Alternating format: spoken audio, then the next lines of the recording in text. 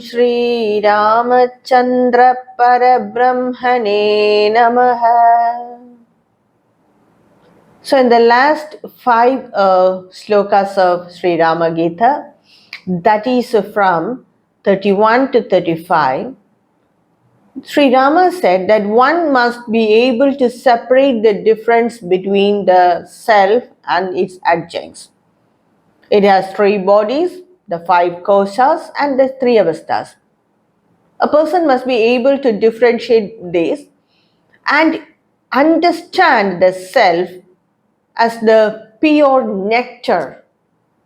And just like how we discard the seed and the skin of the fruit and enjoy that pure rasa, that is the pure juice, just like that a person must understand the self in this from this world.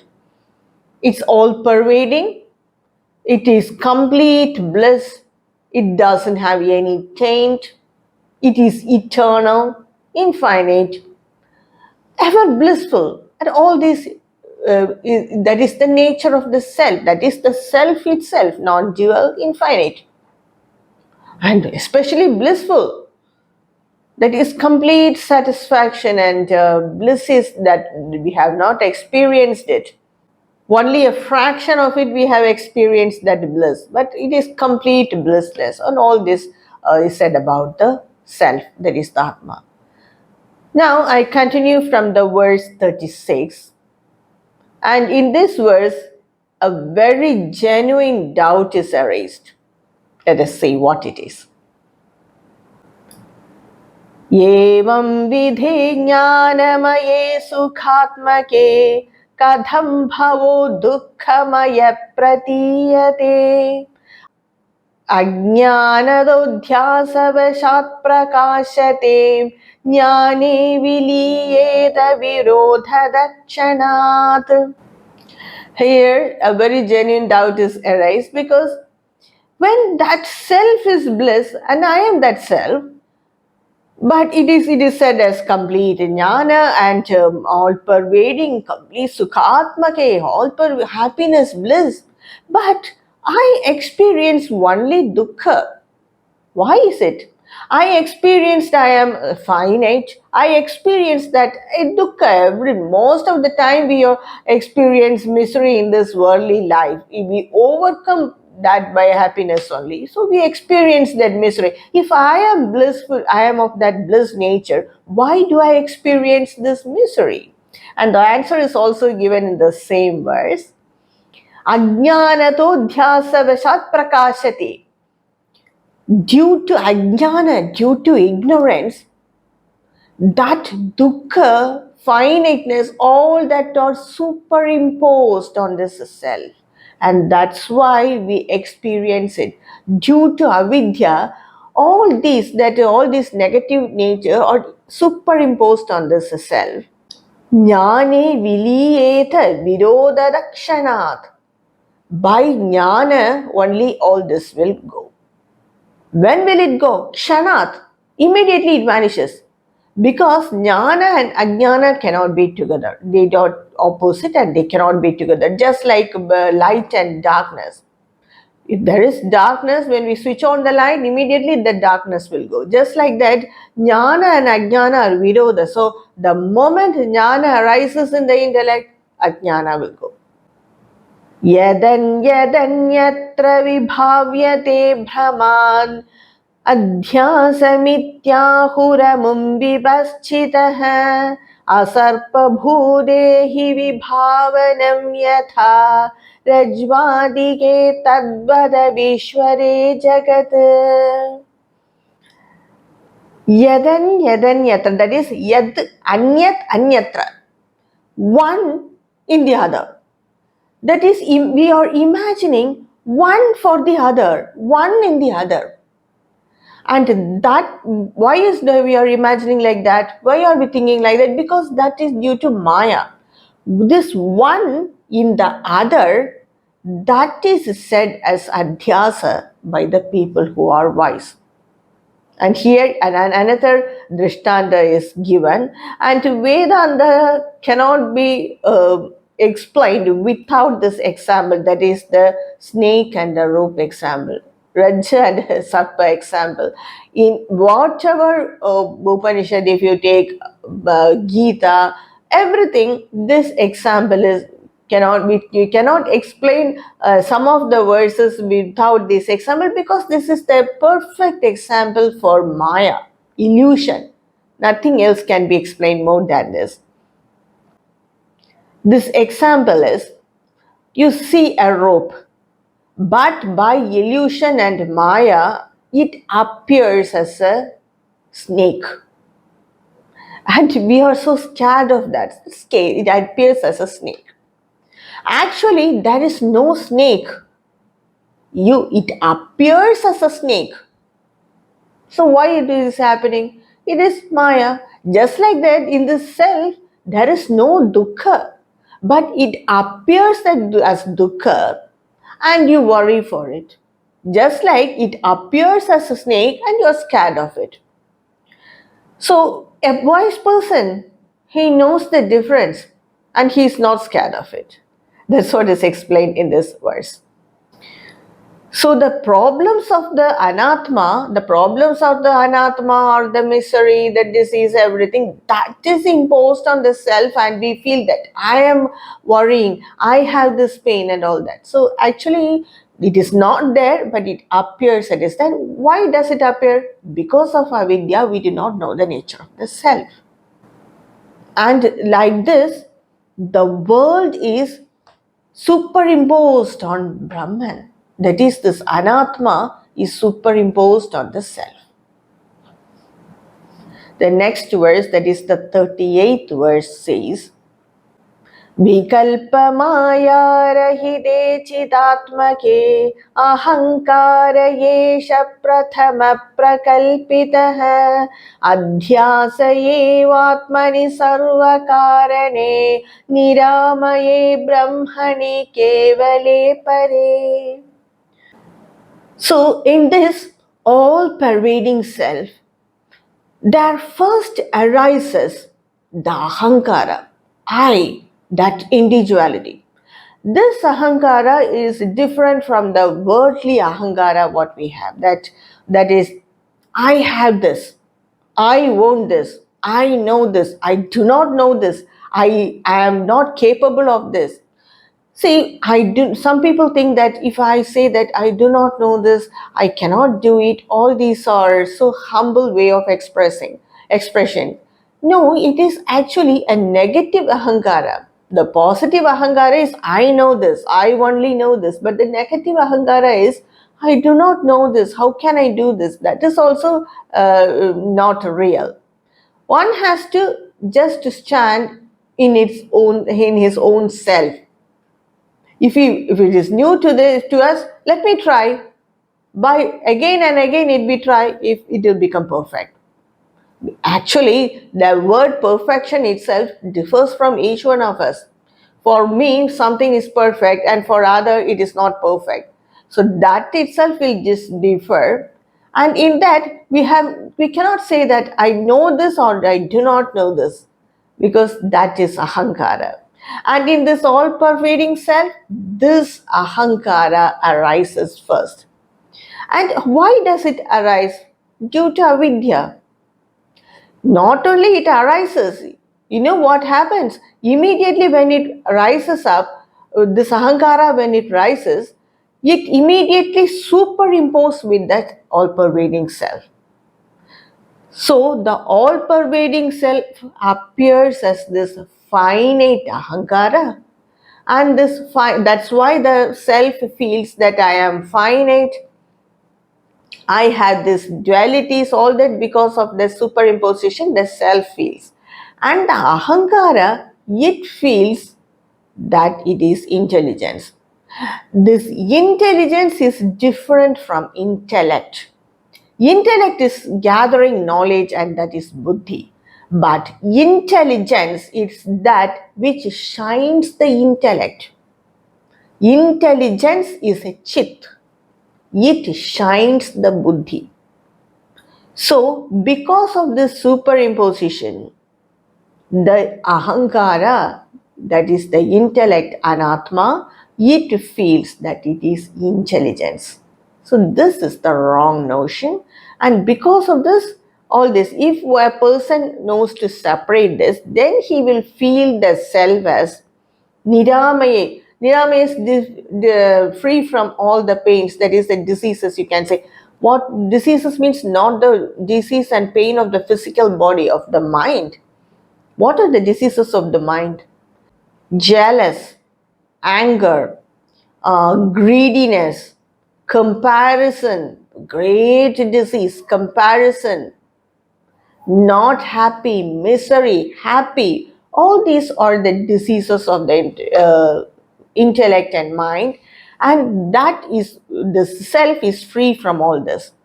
Brahmani, that is vastness, non-dual. Kevali, it is also non-dual. Brahmani means actually all-pervading, vastness. Kevali, non-dual. Pare, absolute. One feels the self as that. But at the same time, we will not have ahankara, that I am the pervading, all-pervading self and all that, because ahankara is avidya. When we have jnana, we understand the self is all this, and we will be content person. We will be a content person, satisfied in the self. The next verse, Sri Rama says, इच्छादिरागादिसुखादिधर्मिकाः सदादियः संसृतिहेदवः परे यस्मात् प्रसुप्तौ तद्भावतः परः सुखस्वरूपेण विभाव्यते हिनः. And this ahankara, that is the individuality that arises from the all-pervading self. It first arises from, it is the ahankara that first arises from the all-pervading self. This ahankara, with it attaches all our desires, all the dualities, and all our dharma, adharma, raga, dvesha, icha, everything, desire, everything attaches with that I. Now the secondary ahankara is also formed. Primary ahankara is that individuality. We feel that we are separate from that all consciousness, pure consciousness, all pervading. And the secondary ahankara is we attach the dualities also with that primary ahankara, so it becomes a group. And this is the cause for our rebirth, samsara. This gives samsara because the primary ahankara, it is attached with the desires, with the dualities, and this gives samsara, that is the cause of samsara, which gives rebirth. So these are not the self, but it appears as the self. That is this ahankara with all its desires. It appears as the self by superimposition. How do we find it? This ahankara and with all these dualities, they are the intellect, we will form it as a group. How do we know that it is not the nature of the self? Only in sushupti. In the sushupti avastha, that is in the deep sleep state, the self is alone. At that time, the intellect is not there. So that's why we do not realize any dualities, or we do not realize any pain or happiness or anything in that deep sleep state. So the self is alone. If all these qualities are the nature of the self, then in Sushupti Avastha, which is the deep sleep state also, we will realize it, we will experience it. But we don't experience that in the deep sleep state. So we very well understand that all these are the qualities of the intellect and the ahankara and not the self. Only by superimposition it is there, and this superimposition gives rebirth. Now the next verse, that is the 40th verse. Anadya vidyodbhava buddhi bimbitaha jiva prakasho yamitiryate chitaha Atma dhiya sakshidaya prutak stitha buddhya parichinna parassa evahi. A very beautiful verse. Of course, all the verses are beautiful. Here, Sri Rama explains about the jiva. A very important concept is explained here because we do not understand what this jiva is. We say it's jiva, jiva has gone, jiva has come, but we do not understand what this jiva is.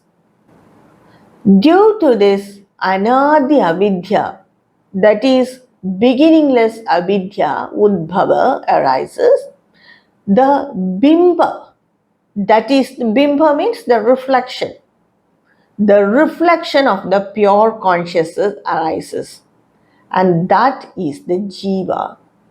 The reflection of the pure consciousness means that basic concept, the basic idea of that pure consciousness is in the intellect. And where does this reflection fall? On the intellect.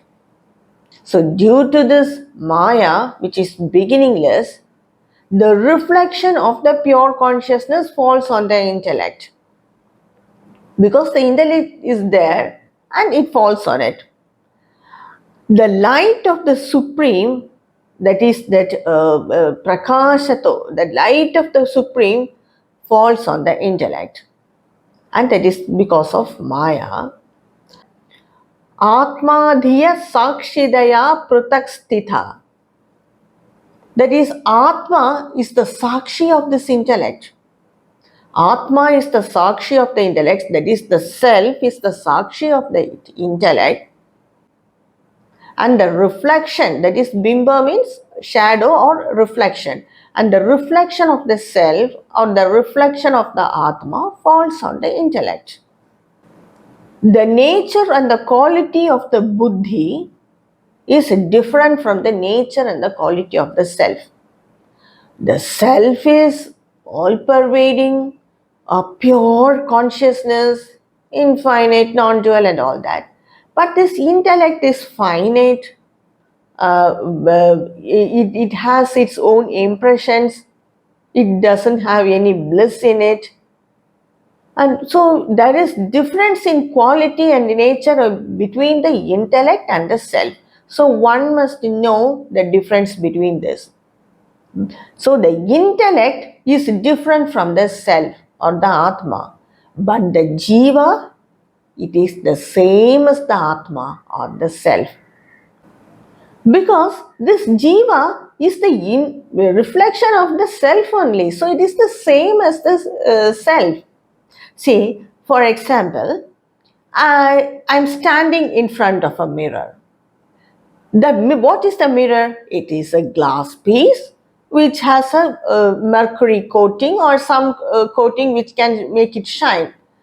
So if I stand in front of that mirror, I can very well see my reflection, my image on the mirror. That image or that reflection is the same as me. It is not different from me. But is the mirror same as me? The mirror is different. Its texture is different. Its making is different. Everything is different. That is different from me. But that bimba, that is image or that reflection is same as me. Just like that, this self or Atma is the sakshi of the intellect. And because the intellect is there and the self is there, the reflection of the self falls on the intellect. The intellect is different from the self, but the jiva, which is the reflection of the self, is same as this. Same as the self. One must understand this difference. Once when we realize it, not only learning or knowing it, when we realize it, the bimba joins with the self and frees the intellect. So that is very well explained in this verse. Chidbimba sakshad madhiyam prasaktah swekatra vasadhana lakta lohavat anyonyam adhyasavashat pratiyate jada jadatvam cha chidatma chedasoho. Here also a very beautiful example is given to explain this concept. The pure self, that is the pure consciousness, the self that is all pervading self, the Atma, it is the Sakshi, and its reflection falls on the intellect. This jiva, that is the reflection, is said as the jiva. It is said as the jiva, Achidabhasa, and it has many names. This jiva and the intellect and the mind, they all are very close together. Close together. Just like what I said, my reflection falls on the mirror, so the mirror and my reflection are so close to each other. Just like that, this reflection of the self and the intellect and the mind, they are also close to each other. They are just to appears as one, close to each other. Just like here, a beautiful example is given by Lord Sri Rama. What Lord Rama says is, if you take a iron ball, it is jada. It has its own shape. Usually the iron ball the temperature will be very cool if we can hold it in the hand. It is dark in color, iron ball very heavy. If you put that iron ball in the fire, what will happen? After some time, both its qualities will be superimposed. The quality, or what is the nature of the fire? Quality of the fire is light and heat. That is superimposed on the jada iron ball. And the qualities of the iron ball are superimposed on the fire. So the iron ball now appears as bright color and very hot. It is bright and hot. The iron ball, which was so cold and dark in color, now appears as bright and hot, and the fire, till then it didn't have any shape, it was just flaming, the flame was going like that, and now it has a round shape. So the qualities of the fire are superimposed on the iron ball, and the qualities of the iron ball are superimposed on the fire. And because of that, the fire appears round in shape and the iron ball appears as bright and hot.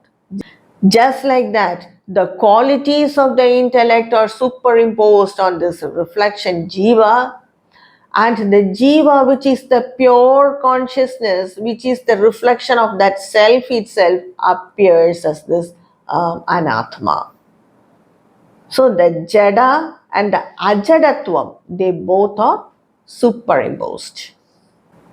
And the jiva, it thinks that it is not the self, because even though it's a reflection of the self, it doesn't realize that it is that self or that atma.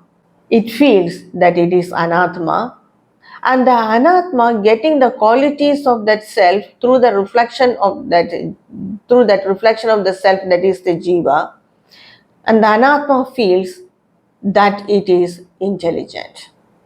So this is the problem of adhyasa, mutual adhyasa. There is mutual superimposition, and this is the cause for our samsara. So all these are very beautifully explained in these 5 verses. And from the verse 42, another concept, the concept of Shravana, is explained. That I will continue in my next video. Om Shri Ramachandra Parabrahmane Namaha.